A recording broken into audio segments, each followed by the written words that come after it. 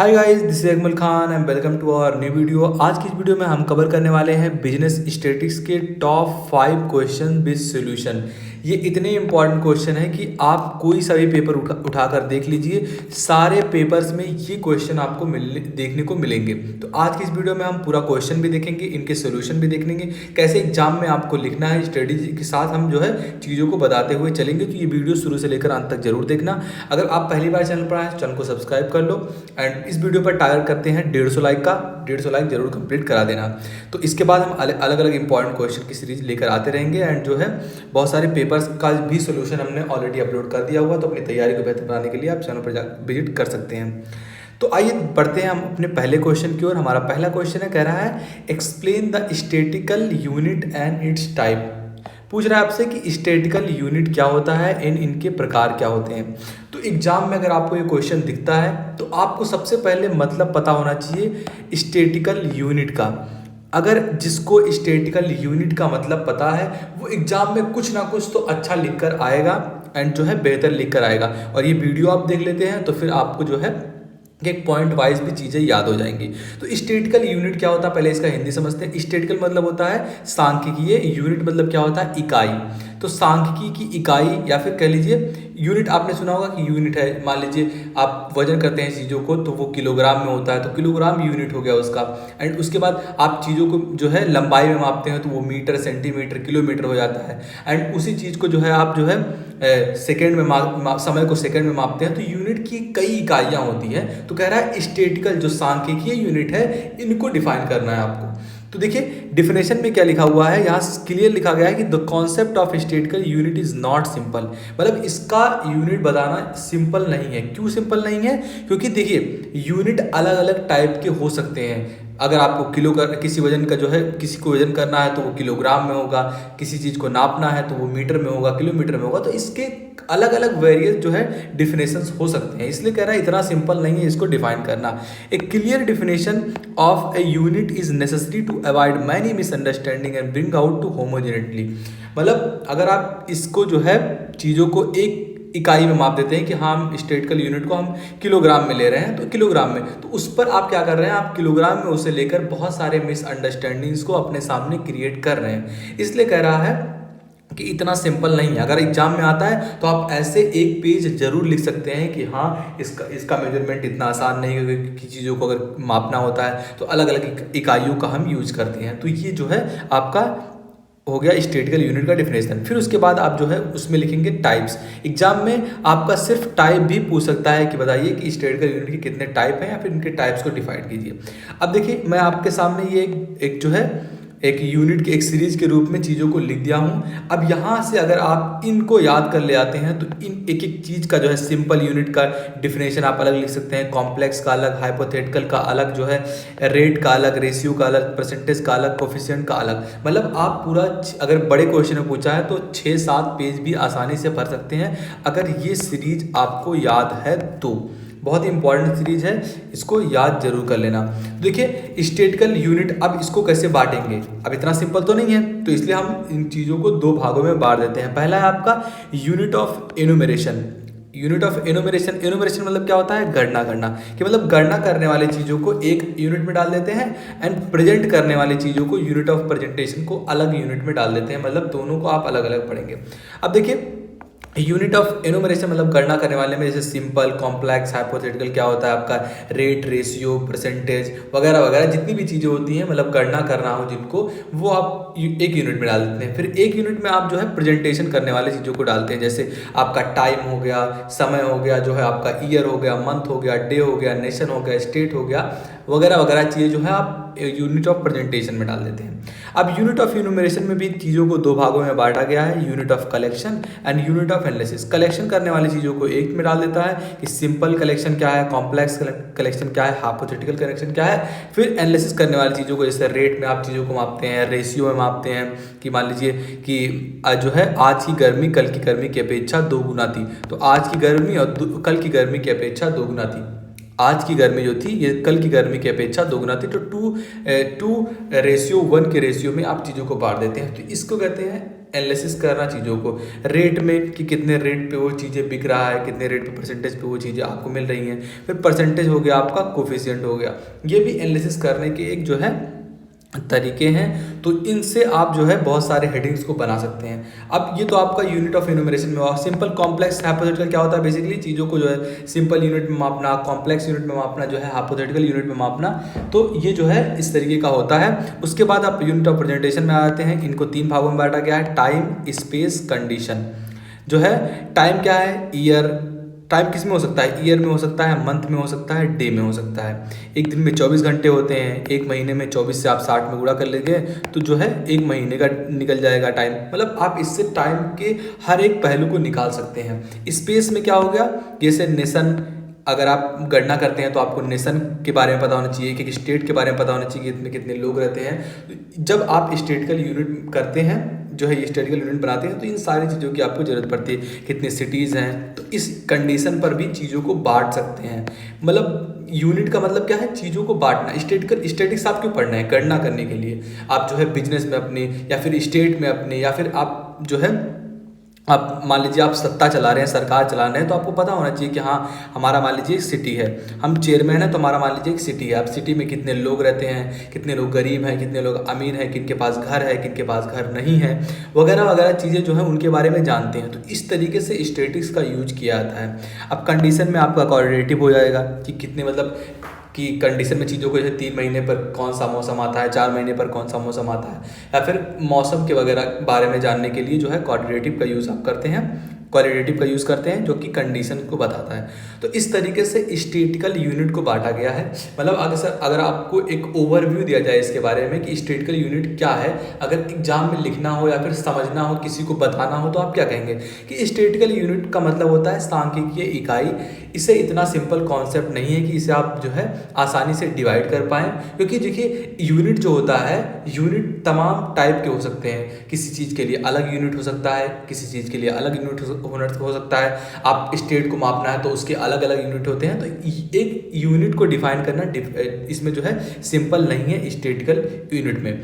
तो आप इन चीज़ों को बताएंगे कि हमारे पास जो है 2 कंडीशन में, इसलिए इसको बांट दिया गया है, यूनिट ऑफ इन्यूमरेशन गणना करने वाले को, और यूनिट ऑफ प्रेजेंटेशन मतलब जो है चीज़ों को प्रेजेंट करने वाले को एक में बांट दिया गया है। यूनिट ऑफ जो है इन्यूमरेशन में आप unit of collection, unit of analysis में simple, complex, hypothetical and rate, ratio, percentage, coefficient को यूनिट ऑफ एनालिसिस में पढ़ते हैं। फिर यूनिट ऑफ प्रेजेंटेशन में, मतलब अगर आपको समय को मापना है, समय को देखना है, तो उसमें ईयर, मंथ, डे, इसको एक कैटेगरी में बांट देते हैं। स्टेट मतलब स्पेस, मतलब जो स्पेस है उसमें नेशन, स्टेट, सिटी को बांट देते हैं। कंडीशन में आप क्वाड्रेटिव कंडीशन चीज़ों को एक में बांट देते हैं। तो ये आपका है एक overview definition.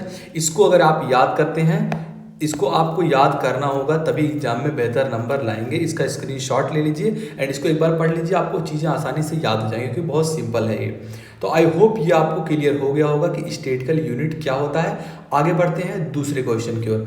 And second question बहुत ही इंपॉर्टेंट क्वेश्चन, लगातार ईयर्स में आने वाला एग्जामिनर्स का फेवरेट क्वेश्चन है कि 3 नंबर में ये क्वेश्चन पूछा जाता है कि बताओ primary data and secondary data में डिफरेंस क्या है। आप पेपर खोलेंगे, पेपर के जो है 3 नंबर में जो 3 नंबर का होता है पेपर, 100 वर्ड का लिखना होता है, इसमें ये क्वेश्चन जरूर डाल देता है। एंड आप चीज़ों को इस तरीके से लिखेंगे कि जो हमारा प्राइमरी डाटा है इसको अलग लिखेंगे, सेकेंडरी डाटा को अलग लिखेंगे। इस तरीके से आप बनाएंगे तो पूरे नंबर आपको मिलने वाले हैं। बहुत ही सिंपल है। प्राइमरी डाटा क्या होता है, बेसिकली जिस डाटा को पहली बार कलेक्ट किया जाए वो डाटा प्राइमरी डाटा होता है। और जिस डाटा को जो है एक बार सर्च होने के बाद किसी किताब में, किसी बुक में से जो है छाट कर निकाल कर लिखा जाए, वो आपका सेकेंडरी डाटा होता है। ये कह लीजिए मुँह ज़बानी याद करने वाला एक तरीका है। अब देखते हैं इसके एक एक पॉइंट की पॉइंट्स क्या क्या हैं। तो सबसे पहला पॉइंट है primary data are originally collected for the first time. मतलब ये एक ओरिजिनल डाटा होता है, जो सबसे पहली बार इसको कलेक्ट किया जाता है, वही आपका प्राइमरी डाटा होता है। हिंदी में कहते हैं प्राथमिक इकाई। इसको अगर हिंदी में कहा जाए तो क्या हो जाता है आपका प्राथमिक इकाई, मतलब पहली बार प्राथमिक इकाई या प्राथमिक संपर्क कहते हैं। तो इस सबसे पहली बार जिस डाटा को ओरिजिनली कलेक्ट किया जाता है वो प्राइमरी डाटा हो गया। अब इसका क्या डेफिनेशन है, secondary data. Secondary data are not original, ये ओरिजिनल नहीं होते, क्योंकि ओरिजिनल कौन होता है, प्राइमरी डाटा होता है। They are already in existent are used by the investigator. अगर कोई इन्वेस्टिगेटर इसका यूज करना चाहता है तो किताब में, किसी बुक में, किसी पेपर में ऑलरेडी लिखा होगा, छपा होगा, बस उसमें से चीज़ों को निकाल के वो लिखता है, तो वो सेकेंडरी डाटा हो जाता है। तो जो है इस तरीके से आप इसको याद कर सकते हैं। बहुत ही सिंपल है, एक बार दिमाग में बैठा लेंगे तो आसानी से चीज़ें याद हो जाएंगी। दूसरा यूनिट क्या है, primary data are like raw material. कह रहा है प्राइमरी डाटा जो होते हैं रॉ मटेरियल की तरह होते हैं। आपको बिजनेस बनाना है तो बिजनेस बनाने के लिए सबसे पहले क्या करते हैं, आप रॉ मटेरियल को लाते हैं। जैसे मान लीजिए आप फर्नीचर का बिजनेस कर रहे हैं तो रॉ मटेरियल क्या होगा फर्नीचर में, लकड़ी वगैरह जो सबसे पहले जो कलेक्ट किए आते हैं। आप लकड़ी को लेकर आएंगे, उसका जो है फिनिशिंग करवाएंगे, जो है मजदूर को लगवाएंगे, क्या क्या बनाना है आपको वो करेंगे। तो वो चीज़ें क्या आती हैं, सेकेंडरी डाटा आती है। प्राइमरी डाटा क्या हो गया आपका, लकड़ी लाना, जो लकड़ी होता है या रॉ मटेरियल की तरह होता है, इसलिए कहते हैं कि primary data are like raw material. And second क्या है, secondary data are in the form of finished product. ये एक फिनिश्ड प्रोडक्ट के रूप में होते हैं। They are pass through statical method, मतलब ये एक फिनिश्ड प्रोडक्ट की तरह होते हैं। आपने लकड़ी को लाया, वो लकड़ी रॉ मटेरियल हो गया, लकड़ी से आपने जो एक टेबल बना दिया, टेबल क्या है, एक जो है फिनिश्ड प्रोडक्ट है। तो ये क्या हो गया, सेकेंडरी डाटा हो गया। इस तरीके से चीज़ों को कह रहा है, आसानी से याद होने वाली चीज़ें हैं। आई होप ये क्लियर आपको हो गया होगा कि प्राइमरी डाटा और सेकेंडरी डाटा के दो पॉइंट्स। थर्ड पॉइंट इसमें क्या है, बहुत ही इंपॉर्टेंट पॉइंट है, primary data are according to the object of investigation and are use without correction, मतलब करेक्शन। कह रहा है कि प्राइमरी डाटा जो होते हैं ये अकॉर्डिंग टू ऑब्जेक्ट होते हैं, मतलब एक ऑब्जेक्ट के अकॉर्डिंग इन्वेस्टिगेशन जो किया जाता है उसके अकॉर्डिंग होते हैं। एंड ये डाटा को करेक्ट नहीं किया जाता, ये डाटा रॉ मटेरियल के रूप में होते हैं, पहली बार कलेक्ट किया जाता है, इसलिए इसको करेक्ट नहीं किया जाता है। मतलब एक एग्जाम्पल लेते हैं, मान लीजिए आपके शहर में जनगणना हो रहा है, तो जो इन्वेस्टिगेटर आते हैं वो जनगणना आपके घर में लिखते हैं कि हाँ इतने इतने जो है आपके घर में फैमिली है, कितने बच्चे हैं, जो है कितने मेल हैं, कितने फीमेल्स हैं। तो वो जो है बिना करेक्ट किया हुआ डाटा कलेक्ट किया जाता है, इसलिए कह रहा है कि तीसरा पॉइंट। एंड फोर्थ पॉइंट, तीसरे पॉइंट इसमें क्या है, सेकेंडरी डाटा में कह रहा है secondary data are collected for some other purpose and are corrected before use. मतलब जो सेकेंडरी डाटा होता है उसको तो मतलब प्राइमरी डाटा को लिया आपने, करेक्ट करके किसी बुक में लिख दिया, किसी जो है पेपर में छाप दिया। अब ये जो सेकेंडरी डाटा होता है ये उस यूज के लिए नहीं, इसके तमाम यूज हो सकते हैं, किसी एक पर्पज के लिए नहीं यूज किया जाता है, इसलिए कहते हैं कि ये कलेक्ट किया जाता है फॉर सम अदर पर्पजेस, अलग अलग पर्पज के लिए इसको यूज किया सकता है। जैसे मान लीजिए किसी शहर में बाढ़ आ गया तो इसमें देखते हैं जो है इन्वेस्टिगेशन के रूप में आपका लिखा होता है कि कितने लोग रहते हैं, कितने मेल कितने फीमेल लोग रहते हैं यहाँ पे। तो आप उस हिसाब से एक डाटा बना सकते हैं, एक ब्यौरा बना सकते हैं कि हाँ यहाँ इतनी रेस्क्यू टीम भेजनी है, इतने लोगों को जो है वहाँ पर भेजना है ताकि ये बच सके, क्योंकि आपको आबादी पता है। अब उसका यूज इसलिए तो नहीं किया गया था ना कि हाँ हम बाढ़ आएगा तो हम इसको यूज करेंगे, उसको इसलिए भी यूज किया गया था ताकि हम जो है चीज़ों को पता कर पाएँ कि हाँ कितने मेल है कितने फीमेल्स हैं। अगर या मान लीजिए किसी चीज़ का जो है कोई महामारी आ गई, फिर आपको अगर सुई भेजना है, आप सरकार की तरफ से हैं तो आपको सुई भेजना है, तो आप क्या करेंगे कि हाँ हमें पहले से पता है कि इतने लोग रहते हैं, इस हिसाब से हम चीज़ों को बांट सकते हैं। तो ये अलग अलग पर्पजेस के लिए होता है, तो इसलिए कह रहा है कि ये अलग अलग पर्पजेस के लिए होता है, किसी एक पर्पज के लिए नहीं। बस डाटा को कलेक्ट किया जाता है, और कलेक्ट किया रहा है पहली बार तो वो प्राइमरी डाटा हो जाता है, एंड उसे अलग अलग पर्पजेस के लिए यूज़ किया जाता है तो आपका सेकेंडरी डाटा हो जाता है। एंड ये जो है ये इनको कलेक्ट किया जाता है और करेक्ट किया जाता है चीज़ों को कि हाँ ये सही है या नहीं है, उसके बाद इसको यूज किया जाता है। फोर्थ पॉइंट इसमें आपका क्या है, कह रहा है the collection of primary data requires large some energy and time. कह रहा है कि प्राइमरी डाटा को कलेक्ट करने के लिए बहुत सारा एनर्जी, बहुत सारा टाइम का जो है आवश्यकता होता है। ये बहुत सारे टाइम और एनर्जी का अगर आप सम करते हैं तो आपको प्राइमरी डाटा मिलता है। इसका क्या मतलब है कि मान लीजिए आप एक इन्वेस्टिगेटर हैं, उसका हम एग्जांपल कंटिन्यू करते हैं कि इन्वेस्टिगेटर हैं, आप घर घर जाके इन चीज़ों को कलेक्ट कर रहे हैं कि आपके घर में कितने लोग हैं, कितने लोग जो है जिंदा हैं, कितने लोग मर चुके हैं, एंड कितने लोग जो है मेल हैं, कितने फीमेल हैं, वगैरह वगैरह। तो इसमें बहुत सारा टाइम लगता है, इसमें बहुत सारा एनर्जी वेस्ट होता है। तो ये प्राइमरी डाटा के कुछ क्वालिटीज़ होते हैं कि हाँ इनको बहुत सारा टाइम लगाकर यूज़ किया जाता है। वहीं दूसरे हैंड पे देखते हैं जो आपके precautions are necessary in use of secondary data, मतलब इनको बस यूज़ किया जाता है किसी बुक में से, किसी जो है पेपर में से, किसी अखबार में से। तो इनके लिए जो है लार्ज सम एनर्जी की आवश्यकता नहीं होती। आई होप आपको primary data and secondary data के बारे में कुछ डिफिनेशन, कुछ क्लियरिफिकेशन मिला हो। अगर आप चाहते हैं कि जो है और भी इस तरीके की वीडियोस बनाए जाए जो इंपॉर्टेंट क्वेश्चन की सीरीज़ हैं या फिर जो आपके पेपर्स हैं, तो अपने सजेशन जरूर कमेंट बॉक्स में दिया कीजिए। अब देखिए primary data and secondary data में आपको कहीं भी थोड़ा सा भी डाउट लगता है आप कमेंट बॉक्स में जरूर लिख देना।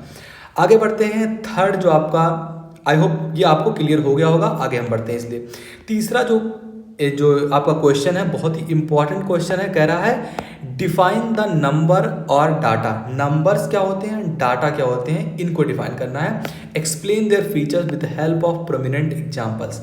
या फिर आपका दूसरे तरीके से क्वेश्चन पूछ सकता है कि explain the characteristics of data. बहुत ही इंपॉर्टेंट क्वेश्चन है। आपको विश्वास नहीं होता है तो आप कोई सा भी यूनिवर्सिटी का पेपर उठाइए बीकॉम का, एंड उसमें स्टैटिस्टिक्स के पेपर में आप देखते हैं तो डाटा के बारे में आपको प्राइमरी डाटा, सेकेंडरी डाटा के बारे में, स्टैटिस्टिक्स क्या होता है, स्टैटिस्टिकल यूनिट क्या होता है, इसके बारे में इतनी चीज़ें आपको मिल जाएंगी। आप कहेंगे कि हाँ ये एक्चुअली में इंपॉर्टेंट क्वेश्चन है। मैंने बहुत सारे पेपर्स को उठाया है, फिर उसके बाद इस जो है नतीजे पे पहुंचा हूं कि इतने क्वेश्चन को पुट आउट करना है, 5 क्वेश्चन जो आपके एग्जाम में आने वाले हैं। तो ये जो है इंपॉर्टेंट क्वेश्चन है, तो इसका जरूर ध्यान रखना आप। डाटा क्या है, आपने बहुत पहले से पढ़ा होगा कि डाटा क्या होता है। बेसिकली किसी भी जो है नंबर्स को या फिर किसी भी जो है किसी भी इकाई को डाटा कह देते हैं कि हाँ आपके सामने कोई नंबर है, कोई चीज़ है तो उसको डाटा कह देते हैं। लेकिन आप स्टैटिक्स पढ़ रहे हैं तो इस तरीके से तो डाटा को नहीं लिखेंगे। क्या लिखेंगे, कह रहा है definition of statics as a statical data. Definition of statics as a statical data, it means statics data. इसे स्टैटिक्स डाटा के रूप में जानते हैं। स्टैटिक्स डाटा मतलब सांख्यिकीय डाटा। तो आगे बढ़ते हैं। Following are the some definitions are given by various scholars. जो वेरियस स्कॉलर्स हैं उनके द्वारा क्या डिफिनेशन दिया गया है डाटा का, ये देखते हैं। बहुत ही इंपॉर्टेंट क्वेश्चन है। तो आगे बढ़ते हैं। ये आपका एल बाउले, एल बाउले ने जो है स्टैटिकल डाटा के बारे में क्या कहा है। इन्होंने कहा है statical are the numerical statement of fact in any department in inquiry placed in relation to each other. कह रहा है स्टैटिकल जो डाटा होते हैं, यहाँ स्टैटिकल डाटा रहेगा, स्टैटिकल जो है आपका डाटा, स्टैटिकल डाटा क्या होते हैं, ये न्यूमेरिकली स्टेटमेंट जो फैक्ट होते हैं ये न्यूमेरिकली एक्सप्रेस किए जाते हैं। मतलब ये कुछ चीज़ें होती हैं जो थ्योरी के रूप में लिखी होती है। जैसे हमारे देश के बारे में मान लीजिए 1947 के बारे में लिखा हुआ है तो हाँ 1947 के बारे में आप चीज़ों को लिखेंगे किसी एक लिखित रूप में। लेकिन ये स्टेटमेंट होते हैं कैसे, न्यूमेरिकली फैक्ट किए जाते हैं, मतलब नंबर्स के बेस पे इनको फैक्ट किया जाता है। In any department of inquiry, किसी भी डिपार्टमेंट में जो इंक्वायरी का डिपार्टमेंट होता है उसमें इनको जो है रखा जाता है, प्लेस किया जाता है रिलेशन टू ईच अदर, मतलब एक दूसरे के रिलेशन में इनको प्लेस किया जाता है एंड ये न्यूमेरिकली एक्सप्रेस होते हैं। ये कहने वाले कौन है, एल बाउले। एल बाउले ने इसका डेफिनेशन दिया हुआ है। अगर एग्जाम में इस तरीके से आप लिखते हैं कि एल बाउले ने ऐसा कहा है या वेबस्टर ने ऐसा कहा है इस चीज़ के बारे में, इस टॉपिक के बारे में, तो एग्जाम में बहुत अच्छा इम्पैक्ट पड़ता है। तो इसका जरूर आप ख्याल रखना। अब देखिए इसमें वेबस्टर ने स्टैटिकल डाटा को क्या डिफाइन किया है। इन्होंने कहा है statics are classified fact representing condition of the people in a state. कह रहा है कि ये जो होता है स्टैटिकल डाटा ये क्लासिफाई किया जाता है रिप्रेजेंट करने के लिए किसी भी स्टेट में जो लोग रह रहे हैं उनकी कंडीशंस को ये शो करता है कि हाँ इस स्टेट में कितनी गरीबी है, कितने लोग सक्षम हैं, कितने लोग जो है बेरोजगार हैं, कितने लोग के पास रोजगार है, कौन खाना खा के सो रहा है, कौन खाना नहीं खा के सो रहा है। तो ये कह रहे हैं कि एक न्यूमेरिकली एक्सप्रेस किया जाने वाला एक फैक्ट है जो किसी स्टेट के जो है कंडीशन को बताता है। तो ये इन्होंने कहा था वेबस्टर ने। Specially are the fact that can be presented in numbers in a tabular state. किसी टैबुलर स्टेट में आप मान लीजिए एक आपके सामने पेज है, इसमें आप नंबर्स के रूप में चीज़ों को एक्सप्रेस कर रहे हैं एक सटीक वे में, तो उसे ही स्टैटिकल डाटा कहा जाता है। ऐसा कहने वाले कौन है, वेबस्टर। कैरेक्टरिस्टिक्स ऑफ डाटा, अब आपने डिफिनेशन लिख लिया कैरेक्टरिस्टिक्स क्या है डाटा के, तो इनको जो है डिफाइन किया गया है। फॉलोइंग कैरेक्टरिस्टिक्स है।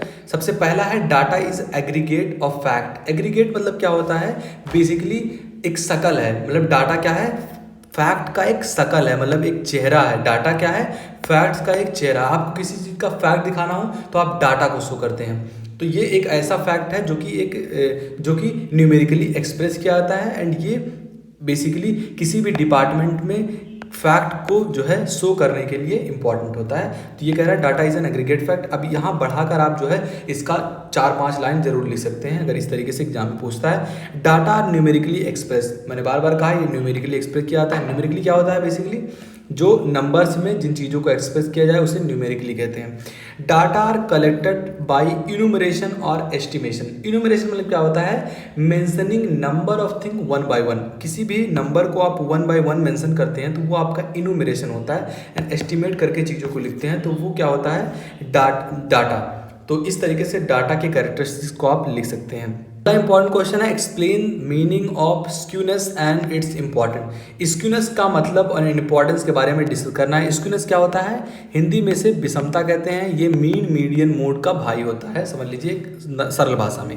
जिस प्रकार केंद्रीय प्रवृत्ति के अध्ययन के लिए सांख्यिकी माध्यकों तथा विचारशील के अध्ययन के लिए अपकिरण के माप की गणना की जाती है, अपकिरण के माप की गणना की जाती है, उसी प्रकार श्रेणी की सममितता सिमेट्री या असिमेट्री के अध्ययन के लिए जो है स्वीकनेस का यूज किया जाता है। यही इंग्लिश में लिखा गया है। Just the measurement of the mean statics mean the variable measurement, यहाँ वेरिएबल रहेगा, variable measurement for the study of central tendency are calculated similarly. The measurements of skewness for the study of symmetry or asymmetry of the category are calculated, जिसे ही क्या कहते हैं, skewness कहते हैं। तो ये हो गया स्क्यूनेस का डिफिनेशन, जिस तरीके से जो है आप सिमेट्री असिमेट्री का यूज करते हैं चीज़ों को दिखाने के लिए, उसी तरीके से जो है स्वीकनेस को दिखाया जाता है, स्क्यूनेस को दिखाया जाता है विषमता के क्षेत्र में। तो आगे बढ़ते हैं, अब देख लेते हैं क्रॉक्सटन एंड काउंडलेन ने जो है स्क्यूनेस के बारे में क्या कहा हुआ है। इन्होंने कहा है when A category is not skewness, जब कोई कैटेगरी जो है विषम नहीं होती है तो उसे जो है क्या कहते हैं, जो कोई भी कैटेगरी जो स्क्यूनेस नहीं होती है, विषम नहीं होती है, तो उसे ही स्क्यूनेस कहा जाता है या स्क्यूड कहा जाता है। ये ऐसा कहने वाले कौन है, क्रॉक्सटन एंड काउंडेल ने। इंपॉर्टेंस ऑफ स्क्यूनेस देख लेते हैं कि इसकी इंपॉर्टेंट क्या है, इसकी विशेषताएं क्या है। तो the measurement of skewness detects the function and frequencies. ये जो है फंक्शंस और फ्रीक्वेंसीज को जो है के उतार चढ़ाव का पता लगाता है। विषमता के माप से आवृत्तियों के उतार चढ़ाव का पता चलता है। ये पहला इंपॉर्टेंस है। दूसरा क्या है कि measurement of skewness makes sequence of frequencies, मतलब ये विषमता के माप द्वारा किसी श्रेणी के स्वरूप की जानकारी देता है। एंड तीसरा है by measuring the degree of skewness nature of a category is no, किसी भी कैटेगरी का नेचर पता किया जा सकता है किसके द्वारा, स्क्यूनेस के द्वारा। And inequality express the lack of skewness in a category, किसी भी कैटेगरी में इनइक्वलिटी को एक्सप्रेस करना हो, मतलब विषमता को एक्सप्रेस करना हो, तो आप जो है स्क्यूनेस का डिफिनेशन ले सकते हैं, स्क्यूनेस को यूज़ कर सकते हैं। मतलब विषमता क्या होता है, किसी भी चीज़ को जो है आपको एक्सप्रेस करना है तो डाटा समान नहीं होगा। मेल अगर ज़्यादा होंगे तो फीमेल कम होंगे, फीमेल कम होंगे तो मेल ज़्यादा होंगे, या फिर गरीबी का जहाँ कम होगी वहाँ कुछ लोग अमीर भी होंगे। तो ये विषमता है ना, तो इस विषमता को दर्शाने के लिए ही स्क्यूनेस का यूज़ किया जाता है। अगला एंड लास्ट जो है क्वेश्चन आज की इस वीडियो का, वो क्या है, what do you understand by coefficient of correlation. ये कह रहा है कि कोएफिशिएंट कोरिलेशन क्या होता है, इसके बारे में डिस्कस कीजिए।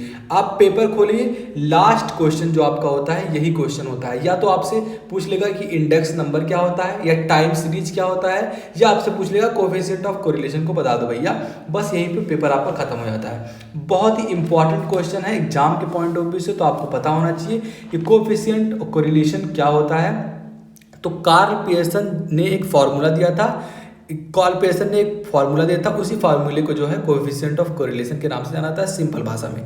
तो उन्होंने क्या कहा था कार्ल पियर्सन ने कि जो है कार्ल पियर्सन एक ग्रेट बायोमेट्रिशियन थे एंड स्टेटिशियन, ये बायोमेट्रिशियन के साथ स्टेटिशियन भी थे। इन्होंने सजेस्ट किया था 1890 में एक मैथमेटिकल मेथड को जो है दिया था लोगों तक, मेजर करने के लिए मैग्नीट्यूड को मेजर करने के लिए रिलेशनशिप बिटवीन दो वेरिएबल्स के बीच में जो है मेजरमेंट करने के लिए इन्होंने एक मैग्नीट्यूड दिया।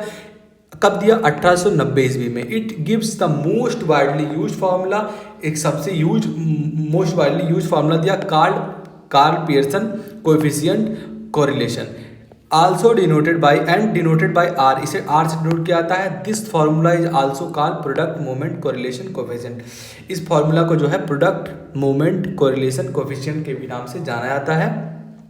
एंड इस पर रिलेटेड मैंने न्यूमेरिकल्स भी कवर करा लिए हुए हैं, तो बिजनेस स्टैटिस्टिक्स के प्लेलिस्ट में वो आपको वीडियोस मिल जाएंगी। इस स्टैटिस्टिक्स प्लेलिस्ट खोलिए, सबसे नीचे जाएंगे बिजनेस स्टैटिस्टिक्स का प्लेलिस्ट आपको मिल जाएगा। मैं लिंक डिस्क्रिप्शन बॉक्स में भी प्रोवाइड करा दूंगा, तो वहाँ से जाकर आप इसका न्यूमेरिकल देख सकते हैं। बाकी ये फार्मूला है, इन्होंने इस तरीके का फार्मूला दिया, आर से डिनोट किया। इन्होंने जो है कवरेंस बिटवीन एक्स एंड वाई को स्टैंडर्ड डिवीजन से जो है मल्टीप्लाई कर दिया, स्टैंडर्ड डिवीजन एक्स और एक्सटेंड डिवीजन ऑफ वाई से जो है इन्होंने एक फार्मूला दिया, जिसे इस फार्मूले के नाम से जाना जाता है, जिसे कार्ल पियर्सन का कोरिलेशन फार्मूला कहा जाता है। बहुत ही वाइड फार्मूला है एंड ये जो है इसको भी मैंने एक्सप्रेस किया हुआ है कि ये किस तरीके से आया, तो आपको न्यूमेरिकल की वीडियो में समझ में आ जाएगा। एंड मैंने 2-3 न्यूमेरिकल भी इस पर कराए हैं। न्यूमेरिकल भी एग्जाम में आता है, अगर आप चाहते हैं तो थ्योरी लिख सकते हैं एंड आपको लिखना हो तो न्यूमेरिकल भी लिख सकते हैं एंड इसका स्क्रीनशॉट लेकर आप चीज़ों को याद कर सकते हैं। बहरहाल 5 क्वेश्चन मैंने आपके जो है कवर करा दिए हैं इस वीडियो में। सबसे इम्पॉर्टेंट वीडियो ये आज के चैनल पे मैंने डाला हुआ है कि सबसे इम्पॉर्टेंट वीडियो 5 क्वेश्चन में से आपको ये क्वेश्चंस पांचों क्वेश्चन देखने को एग्जाम में मिलने वाले हैं, इतने इंपॉर्टेंट हैं। मैंने बहुत सारे ईयर के पेपर उठाए, फिर देखा कि इतने इंपॉर्टेंट क्वेश्चन आपके हैं, ये जो लगातार ये पूछा जाता है। आप कहेंगे तो इसका हम दूसरा सीरीज भी ले आएंगे, मतलब दूसरा इसका वीडियो भी ले आएंगे, जिसमें हम इंपॉर्टेंट क्वेश्चन के साथ साथ जो 3 नंबर वाले इंपॉर्टेंट क्वेश्चन है उनको कवर कर लेंगे एक वीडियो में। एक वीडियो में जो 8 नंबर के क्वेश्चन 15 नंबर क्वेश्चन होते हैं उनको कवर कर लेंगे। तो जरूर कमेंट बॉक्स में अपने सजेशन देना एंड वीडियो अगर कहीं भी समझ में ना आया हो या फिर समझाने में कोई भी दिक्कत हुआ हो या फिर आपको गलत लग रहा हो तो प्लीज़ कमेंट बॉक्स खुला हुआ है आपके लिए, एक बार एक्सप्लेन कीजिए। अगर सही लगता है तो मैं उस कमेंट को पिन करने वाला हूँ। एंड इस वीडियो का टारगेट क्या है, 150 लाइक आप लोग कर दीजिए, फिर हम जो है इसके आगे की वीडियोस को कंटिन्यू करने वाले हैं। बहुत सारे जो आपके ऑर्गेनाइजेशन के कम्युनिकेशन के वीडियोस हैं, इंग्लिश माइनर आपने लिया है तो उसके भी वीडियोस चैनल पर अपलोडेड हैं, तो प्लीज़ चैनल पर आप वीडियो देख लीजिए।